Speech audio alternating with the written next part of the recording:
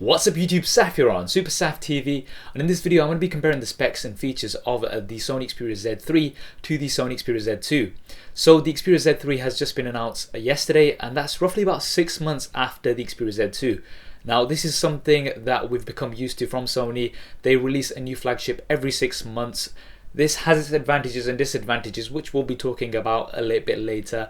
But what are the key differences between these two? I mean, if you're thinking of going for one of these, or if you're already on the Xperia Z2, then what's different with the Xperia Z3? This is who this video is for, so do hit that thumbs up button and let's get straight to it. So starting off with the screen size, they've kept the screen size exactly the same. So you've got a 5.2 inch screen, so it's the IPS LCD display, and it's got Sony's live LED technology.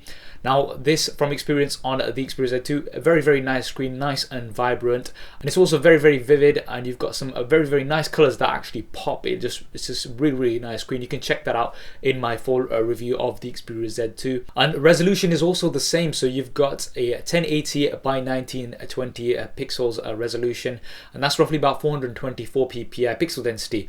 This is something surprising because these days we've got lots of new phones such as the G3 as well as the Note 4 that have quad HD displays, so you've got 2560 by 1440. Sony have decided not to go for that. They've decided to stick to the 1080p screen. This is questionable. I mean, 424 ppi is more than enough and it's really great, but in terms of the competition, it's interesting to see that they've stuck to this resolution. Maybe for the Xperia Z4, that's what they're saving it for, that quad HD display. Now in terms of the size, they have decreased the size, so you've got the same size screen, but they've managed to make the Xperia Z3 a little bit smaller, 0.8mm in height, 1.3mm in width, and it's also roughly about 0.9mm thinner. So they've definitely gone for a more compact device overall while maintaining that large screen. And the weight has also been reduced by about 11 grams. Now the build, they've not compromised on. You've still got that aluminium frame with the glass panels on the front and back. Nice premium build. The design is slightly different. The edges are a little bit more curved on the Z3 compared to the Z2, and you've still got the water and dust resistance, although the rating has now been increased to IP65 and 68 from 55 and 58. What that basically means is that it's going to be a little bit better in terms of submerging into water as well as the dust resistance. Now the internal specs, we'll just quickly run through these because they are practically the same. You've got the Snapdragon 801 processor that's clocked at a 2.3 GHz quad core.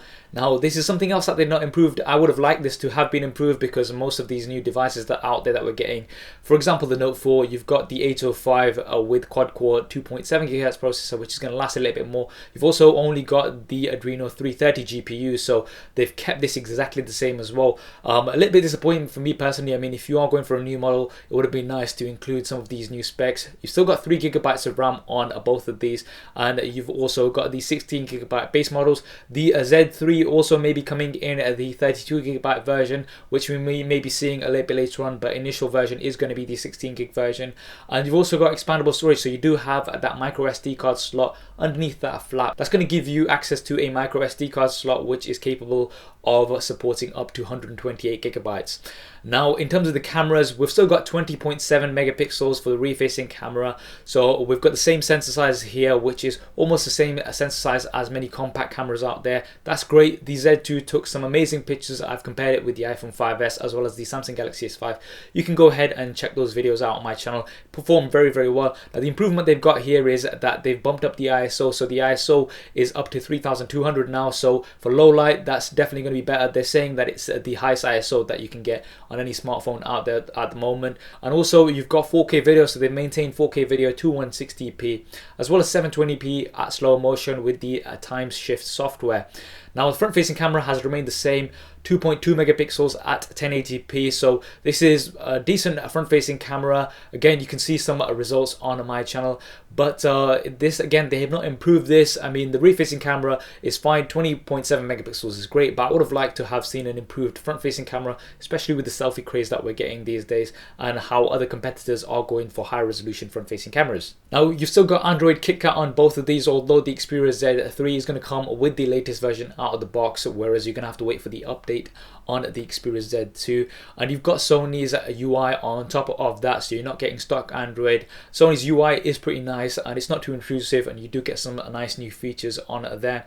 Now, in terms of the extra features that you've got in here, both of these have stereo speakers, so front-facing stereo speakers. We'll have to put these side by side to see the actual sound quality. And you've also got inbuilt noise cancellation, so digital noise cancellation, which should help give you some better sound. Sony always look into their sound. Now, one new feature that you've got, one new key feature that you've got in the Xperia Z3 is a PS4 Remote Play. So now this is a unique feature that's coming first to the Xperia Z3 as well as the Xperia Z3 Compact and the tablet. And this is going to be available from roughly about November. So if you do have a PS4, what you can actually do is you can play games on your PS4 remotely on the Xperia Z3. And now you can dock this on to the controller, so you could have your PS4 downstairs and you could be in bed and you could be playing a game off the PS4. So I can see that's going to appeal to lots of gamers out there. Now, looking at the batteries, you've got a 3200 milliamp battery on the Z2. On the Z3 you've got 3100 milliamp battery, so they've actually decreased the size of this. This goes down to the size of the smartphone.